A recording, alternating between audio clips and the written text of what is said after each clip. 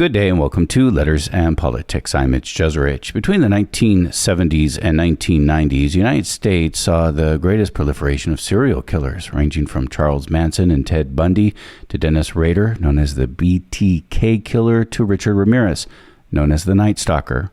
I remember these years well as a kid, watching the evening news with my mom each night, looking for updates and many of these serial killers. I remember very well checking the windows and doors at night, trying to make sure that they were locked when the Night Stalker was terrorizing both Northern and Southern California.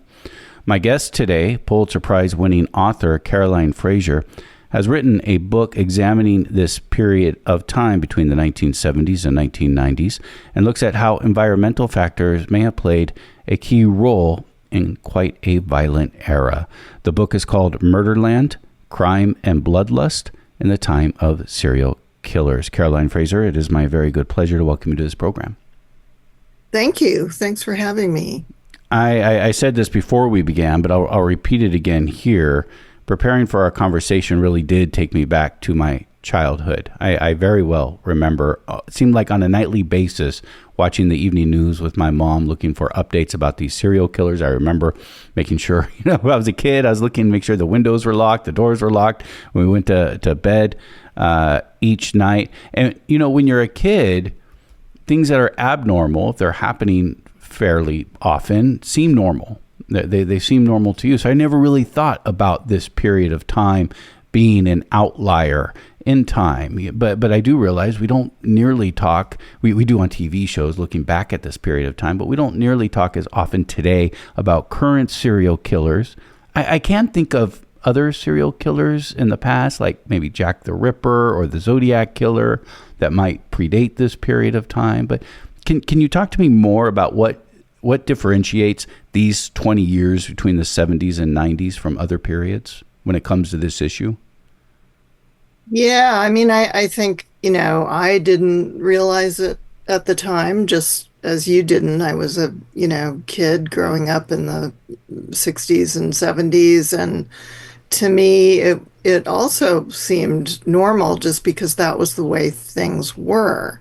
But in fact, looking back at this era from the 70s to the early 90s was the highest rate of crime in the sort of recent period of American history. And that includes today. We did have a spike in crime during COVID, but it never reached the heights that it reached in the 70s and 80s. And that's violent crime. And there were also more serial killers.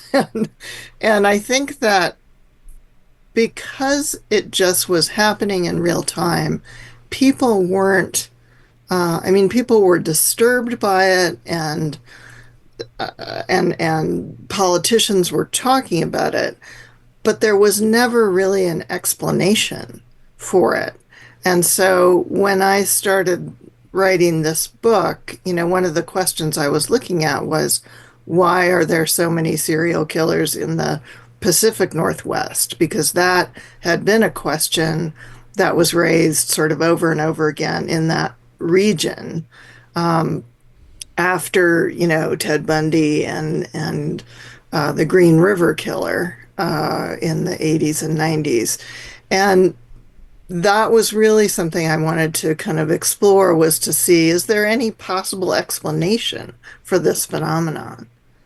And you write about this in the introduction, about a map and how it all comes together when you look at the map. Tell me more about the connection between serial killers and the Northwest portion of the United States. Yeah, I give a sort of a brief list of the number of serial killers during that period, which was constantly being kind of reiterated in the newspapers.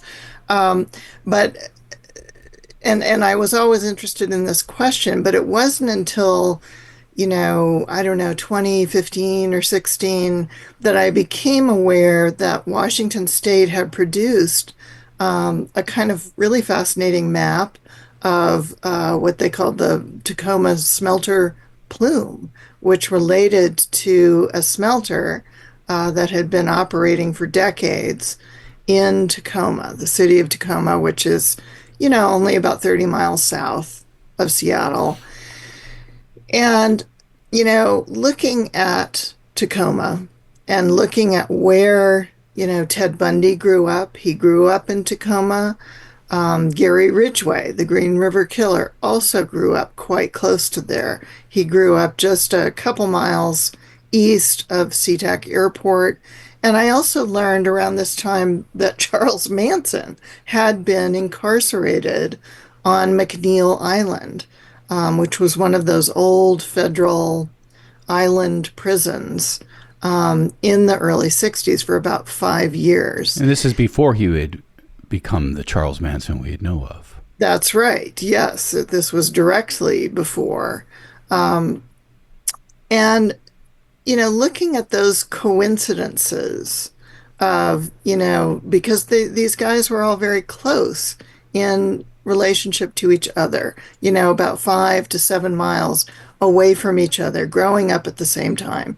And that just struck me as something unusual. I mean, it just kind of made me ask, well, is this just a coincidence, or is there something more to this? And when I became aware of that plume map, I started looking at that and looking at where these guys lived in relationship to the pollution that the smelter put out.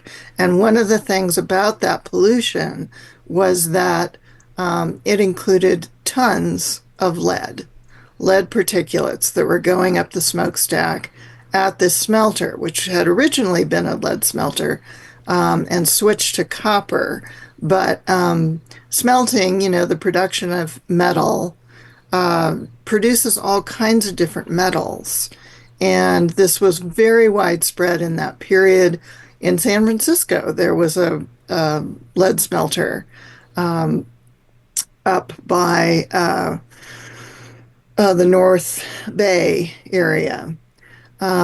And so I started looking at the effects that might have. And one of the things that lead is associated with is if you're exposed to it as a child, it can cause aggression and violence and juvenile delinquency later in life. And there is a hypothesis out there about this connection between violence and lead. And does a hypothesis include serial killers? It has begun to include them, and what happened was that after this very sharp rise in the rate of violent crime in the 70s and 80s, this again, you would need to remember that period was also the period in which leaded gas was sold to everybody. And so everybody's driving around and commuting in cars using leaded gas. So it's not just coming from smelters, it's coming from everywhere. That's now. Right. Yeah. Yes. And so virtually everybody who's born between the 1950s and the 1980s has been exposed to more lead than you would like to be exposed to, because the only safe level of lead is 0. And so one of the things that scientists began noticing, after leaded gas was removed from the market, and it's fully removed by the early 90s, the rate of violent crime drops off sharply. And so scientists looked at that and said, and more sharply than they had ever seen before. And so people were very surprised by that, and attributed some measure of that to the removal of leaded gas. And so then the so-called lead crime hypothesis was born. This is one of the explanations for that drop-off in crime.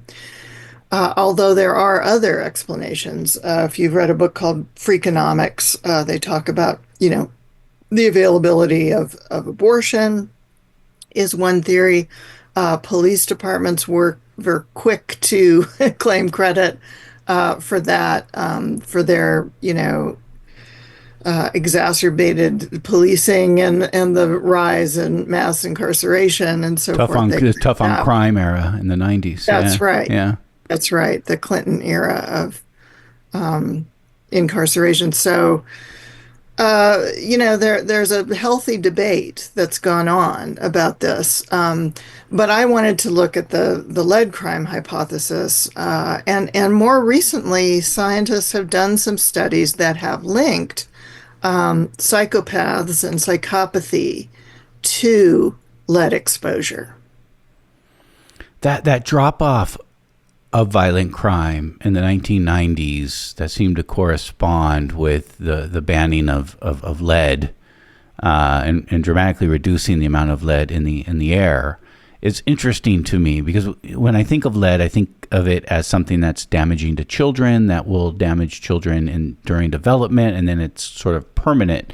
But to have that drop off suggests that there's also kind of, I guess, an active ingredient or an active thing happening in the moment to lead exposure. Yeah, I mean, I think that the levels of lead in the blood of American children fell rapidly as soon as they got rid of leaded gas. And at the same time, many of the smelters in the U.S. began closing because they could no longer operate under OSHA or EPA regulations, and they just were becoming impossible to operate in a financially advantageous way for the companies. And so you see all the closure of all of those all across the country. So that as well, lowered the amount of lead in our blood levels. Yeah, and I guess what I'm trying to get at here is, and I was thinking about Charles Manson as well. He didn't necessarily grow up next to a smelter plant, but he was, as you mentioned, imprisoned for a number of years near one. I guess do you think that lead also, even if does it have an active ingredient to it in its time? And so in the 90s, if you have this reduction of lead in the air and a reduction in crime, it seems like a reduction in lead. If that connection is true, then it would suggest to me just having lead in your blood at the time could be detrimental, not just for development. Yeah, and the thing about lead is that it does not pass out of the body naturally. I mean, you actually have to be treated with a whole regimen of in order to get it out of your body. And one of the things that happens if you're exposed to lead is that it ends up getting stored in your bones and in your teeth. And so it stays with you. It stays in the environment. It doesn't, wash away with the next rain or something like that. It's a very permanent form of, contaminant. I mean, it just stays where it falls. And this was the huge problem in the Northwest because it had contaminated about 1,000 square miles of the Puget Sound region. So I apologize for keep harping on this. I just don't think I'm articulating it very well. With the reduction of lead in the air corresponding with a reduction of violent crime, if it takes people a number of years, or if you never even really get rid of that lead, why such a sharp reduction then when lead? Why wouldn't it take decades for this reduction in crime to happen if it was connected? Yeah, there's about a 20-year lag because what happens is if you're exposed to lead as a small child, which is really the sort of worst time to be exposed to it, it affects the development of your frontal cortex. And this is they found that it's particularly pronounced in men, that it affects the development of the organs in the brain that control behavior, that control aggression. And this is why they see more violence in children who've been exposed. And you can start to see that violence pretty soon after exposure, but then about 20 years later, when the kid has grown up, when the child reaches the age of, 20 or 25, that's when you can measure the rate of juvenile delinquency and violent crime. And scientists have done this over and over and over again.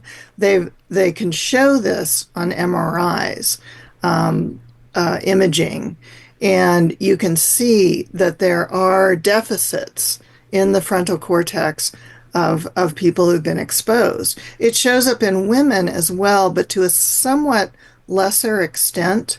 But they have produced studies that show during this critical period in the 70s and 80s that, for example, teenage pregnancies among girls also skyrocketed during that period. And so I'm not sure if that goes to your question. I find out what you brought up was very important, and I did want to talk about the teenage pregnancies as well, because that's an interesting correlation that's happening at the same time. And I guess it's theorizing that's over impulse. Yes. Yeah. Impulsivity, and just controlling your own behavior, having a kind of sense of, should I take risks or not? Yeah. I guess what I was just trying to get at, I don't want to stay on it too much longer, but what I was just trying to get at is lead being in you? Let's say you're beyond the developmental stage. You're now in your 20s. I'm assuming that's sort of where Charles Manson was. Now he's being imprisoned for 5 years next to this smelter. Would just having lead in you as an active agent be something that could make you violent, or is it something that's concerning specifically towards development of the brain, of having to be exposed to it at an early age? I think both. Yeah. And one of the interesting things about Manson is that he grew up in real poverty in a coal producing town. Coal has a lot of the similar issues. When you burn coal, you're producing gases that include heavy metals. We don't know what happened to Charles Manson. I mean, obviously, a lot of bad things happened to him in his childhood. He was abandoned, had a incredibly unstable existence, and I think that when you talk about this, the lead crime hypothesis and what happens to these guys, you do have to acknowledge that there are a whole host of things that can go into producing this kind of behavior. I think lead exposure is one, but scientists have also written about the role of poverty. If you grow up with a really poor diet and don't have access to a lot of vitamins and minerals in your diet, that affects your brain development on top of anything else. If you grow up with physical or sexual abuse, those things can really trigger a lot of impulsive and risk-taking behavior and violent behavior later. So there's a whole host of things that go into this, I think. Yeah. Richard Ramirez is interesting. This is the Night Stalker. He's not from the Northwest. He's from El Paso, Texas, right. Which was also near a smelter plant, wasn't it? Yes, and in fact, the same company, the same corporation, which was the American Smelting and Refining Company, owned by the Guggenheim family, they had smelters all over the country and especially all over the West. And they had a smelter in Tacoma, which was producing a lot of, lead, copper, and arsenic. But they also had a huge smelter in El Paso, right on the border between El Paso and Ciudad Juarez. And that smelter, too, produced an enormous plume of pollutants that covered a whole area of El Paso. And Richard Ramirez grew up, about 5 miles from that smokestack. And he also grew up right next to I-10 a heavily traveled corridor that was itself producing a lot of pollution from leaded gas. And you mentioned El Paso and Ciudad Juarez are basically neighbor cities separated by a border. Ciudad Juarez was well known in the 1990s as one of the murder capitals of the world, especially a dangerous place for women. Yes. Yes, that whole period of what they called the femicides, in which, at least several hundred women were murdered in the 80s and 90s. There was a theory that there were several serial killers at work, but there was also a lot of, cartel violence, domestic violence. So the murder rate in Juarez was really striking and was called out by all kinds of different, organizations from the UN to, more local, regional things. But it was really quite striking. And they had made some attempt in El Paso to do a limited cleanup for the smokestack, but to my knowledge, there was never any cleanup in Juarez.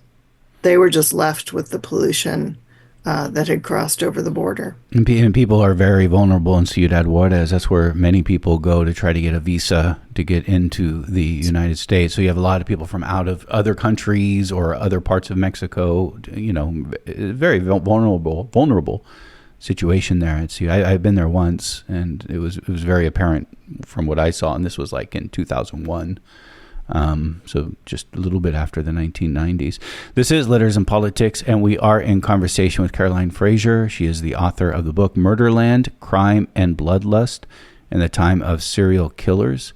I do want to stay on the topic of the experience of women between the 1970s and the 1990s. This is a time, we're talking about serial killers, but this is also a time of, is this also a time, I should put this in a question because I'm assuming, is this also a time of heightened domestic violence?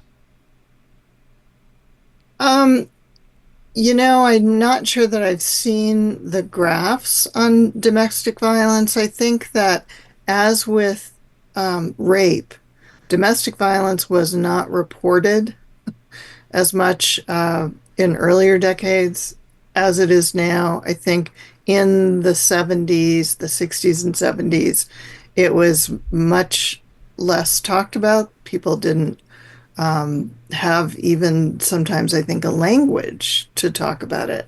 They didn't recognize how prevalent it was.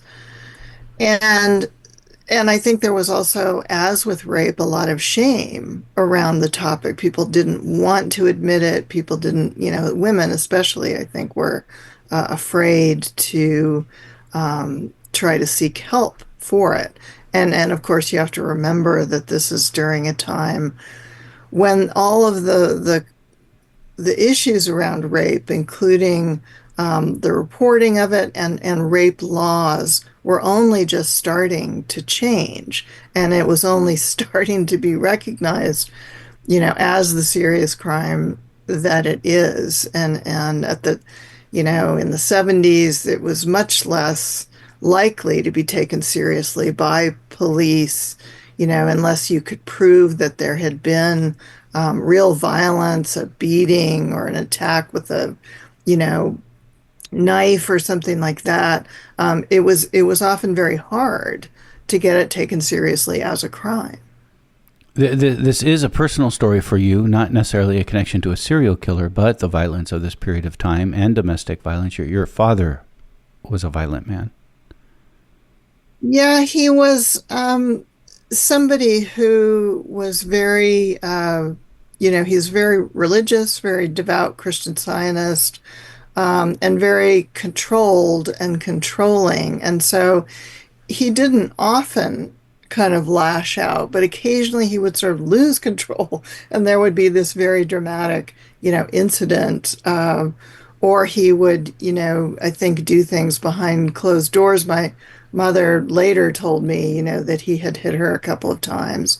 And I never quite knew what to make of that, if she was minimizing what had happened or if that was, in fact, true that it only happened a couple of times. He wasn't violent on a daily basis, but he was scary. He was a scary guy. And I think, I knew a lot of other people at that time who had fathers who were a little bit, on edge and could be frightening sometimes. And so I think that was kind of a thing at the time. And I described him and his behavior as a way of giving a little bit of a picture of that era and how, male behavior could be on a sort of a spectrum. There were people like my father who was not a criminal. I mean, he was not uh, ever arrested for anything. But on the other hand, he was a little bit frightening. And then, there's a whole spectrum of behavior that stretches on the other extreme to the serial killers that I'm talking about. I mean, I didn't expect to be preparing for a conversation about serial killers and thinking about how it affects my life as well. I'm sure you didn't either. But my father was a violent man. I was born in the early 70s. My earliest memories are of my mom screaming at night. You think, so when you say it was kind of a thing, I mean, it certainly was a thing for me. You think that lead exposure could have had a role in that, in men during that period? I wonder about it. I don't think it can be proven, maybe, but I wonder about that. I wonder about, the violence in American society generally, especially during that era. Um, and of course, it was sort of taken for granted. I mean, we were coming out of centuries of sort of the male prerogative of, men were thought to be the head of the household and they could do as they pleased, and it was okay to spank your kids or spank them at schools. I mean, that all of that kind of plays into this as well. There were just certain expectations that those kinds of behaviors were maybe normal or expected, or if that's what the father wanted to do, that was okay.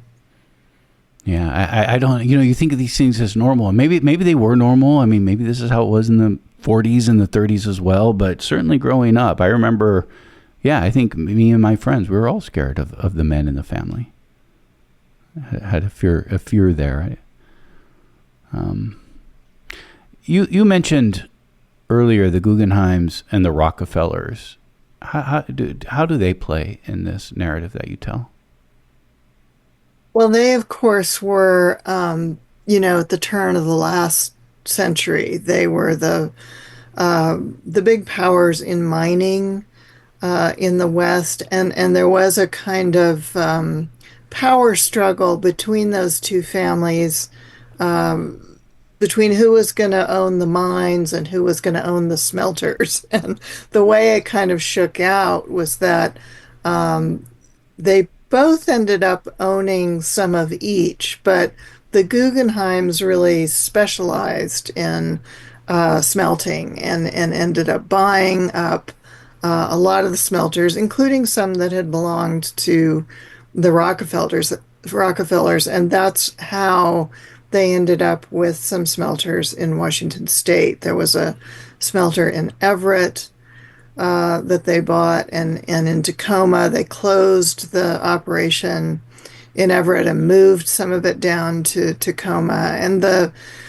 thing about the Tacoma smelter that was really notable was that it was a very, very dirty, I mean, they're all dirty, but the Tacoma smelter was particularly dirty.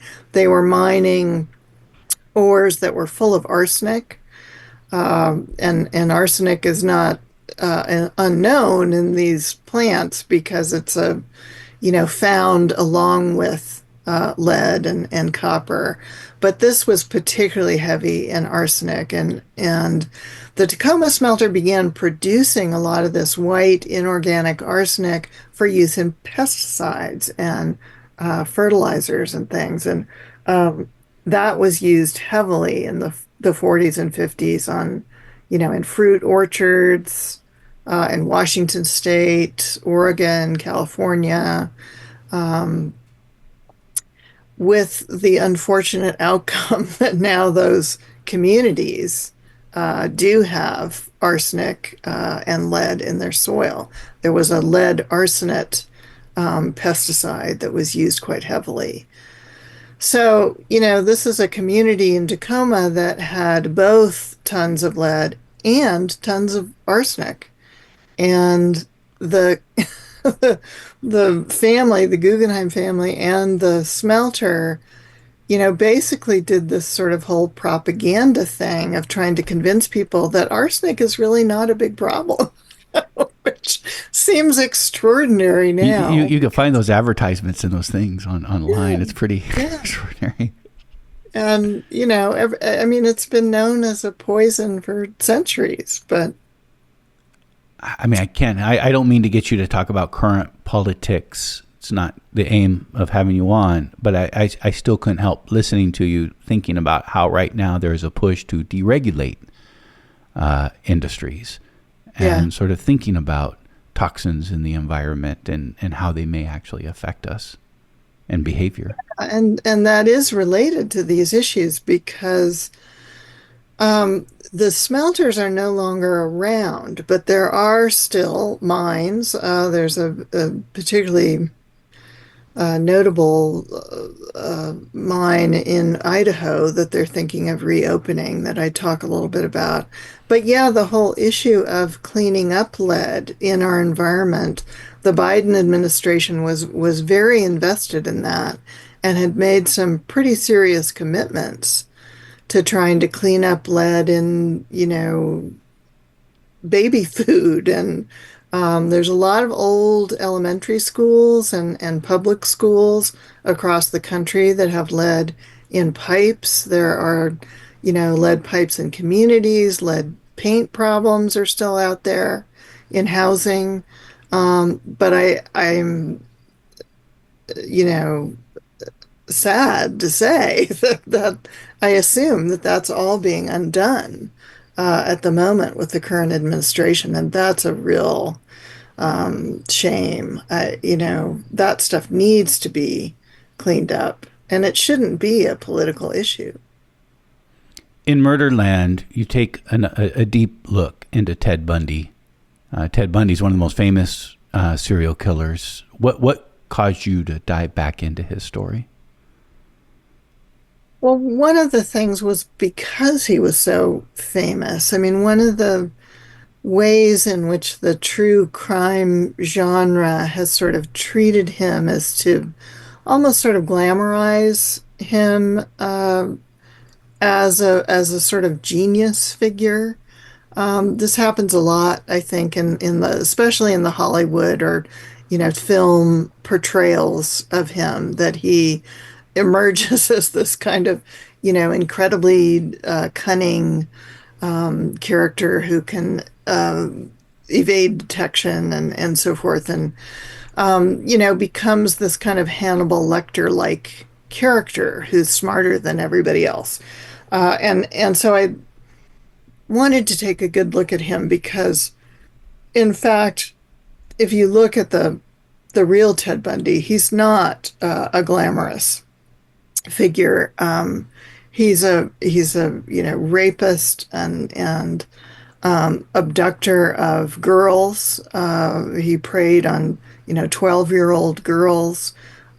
He raped and mutilated his victims. And I wanted to just, in a matter of fact way, describe who he was and what he did to kind of bring him back to earth in an accurate way and show who he really was.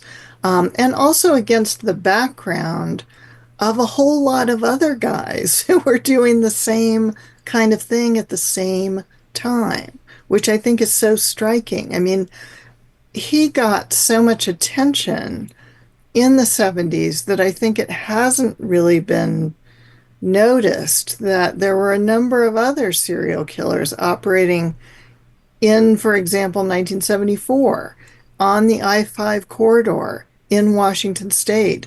And Bundy became so famous that, the crimes of these other guys were attributed to him because people just didn't understand how much this was happening.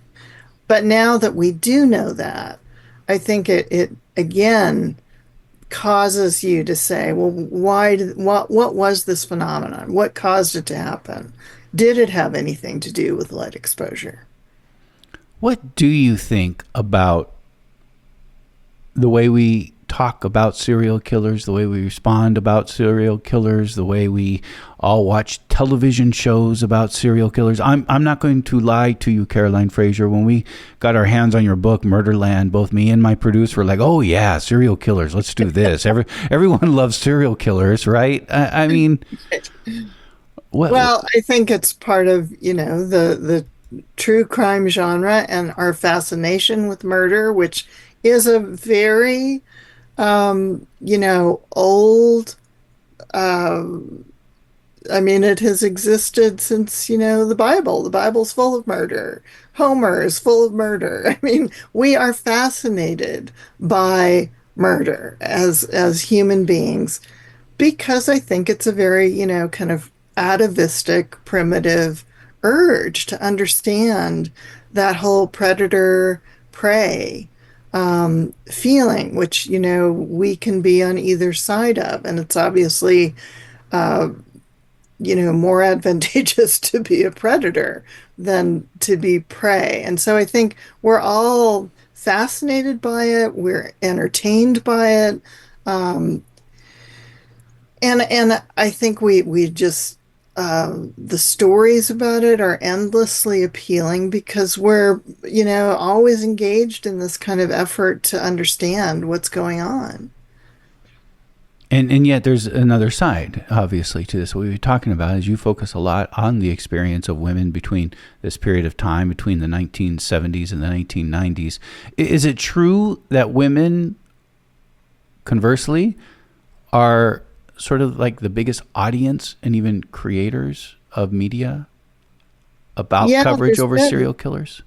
There's been a huge shift in that because when true crime originated in the 30s, 40s, and 50s, it was largely produced and consumed by men, and it was in true crime, True Detective magazine. There were dozens of magazines that were sold in drugstores to men. And it was almost a kind of soft core porn. If you look at the covers of these magazines, they show, women in distress and being strangled or threatened with a knife or something. And these images sort of proliferated. And I think the sleaziness of true crime attached during that period. But then starting, I think, with Anne Rule and her book about Bundy, The Stranger Beside Me. She was actually a person who wrote for those detective magazines under a male pseudonym. But The Stranger Beside Me, she wrote under her own name. And of course, she had known Bundy before he was arrested and had been friends with him. They worked side by side at a rape crisis counseling place in Seattle. And she, I think, began a kind of shift whereby women were writing about these experiences, about murder, about threats, about rape, and writing about it in a way that included a lot more information about victims, a lot more attention to victims. And the shift happened, I believe, because, and I think there are polls that bear this out, because I think women have that constant sense of fear, not necessarily of, being attacked by a serial killer, but women are, as they just go through their daily lives, they have some experience maybe of domestic violence, but certainly of just concern. If most women have had the experience of, being out on a street late at night or in a parking lot or something like that, and having to look over your shoulder or be worried about your safety. And I think true crime has begun to be a thing about women's safety, a thing that makes women feel like they can control or take control of their own lives almost. Whether this is true or not, I don't know. But I think that women often feel like the more they know about crime, the better off they are. Yeah. I mean, that's why we rubberneck, right? When we drive past a car, Right. where we're always looking at disasters to see, for an evolutionary purpose, to see what's going on, so that we could try to avoid that. But this fear, this concern, is always in the air. Yeah, and I think, I'm sure that men probably feel that to some extent too, but it's maybe not as open or openly acknowledged for men. It's actually a fact that more men are murdered than women, and it's male on male violence that causes a lot of that um, crime. So the statistics don't quite bear out some of the concern that women feel, and yet it's very real for women. Anne Rule sounds really fascinating to me, and it reminded me that the book you won the Pulitzer Prize for is Prairie Fires: The American Dreams of Laura Ingalls Wilder, who wrote Home on the Prairie. Right, Little House on the Little Prairie. House. Yeah, I should write these things down. Anne Rule, was she an entryway for you into this story? Oh, definitely. Yeah. I mean, since I was like 13 in 1974 when Ted Bundy kind of went on this, uncontrolled binge, really, of abducting women in the area. And there was a particularly kind of horrifying weekend in July of 74 when two women vanished from the shore of Lake Sammamish, this popular beach, on a very busy weekend, Sunday afternoon. And, people came out with stories that said that some man named Ted had been approaching women that afternoon. And so I was aware of him from that day on and was just like everybody else in Seattle, just riveted by news of what was happening to that. He was not then arrested until the following year in Utah. And Anne Rule had already been put under contract to write a book about this mysterious Ted guy. So she didn't even know who it was when she contracted to write that book. And she had a hard time, I think, like most people who knew him, in believing that he would be capable of this kind of violence. But gradually came to believe it. And I think her experience in writing about crime for the detective magazines made her more suspicious from the start. I remember my mom, who was born in 1954, telling me about the Zodiac Killer. That's what it was for her when she was a kid. Yeah. Everybody was scared of the Zodiac Killer at the time. And I'm doing this off the top of my head. I should have researched this a little bit. Like, how much do we know about the Zodiac Killer? I know it took a long time and it might be a little obscure, but would somebody like the Zodiac Killer fit into this story?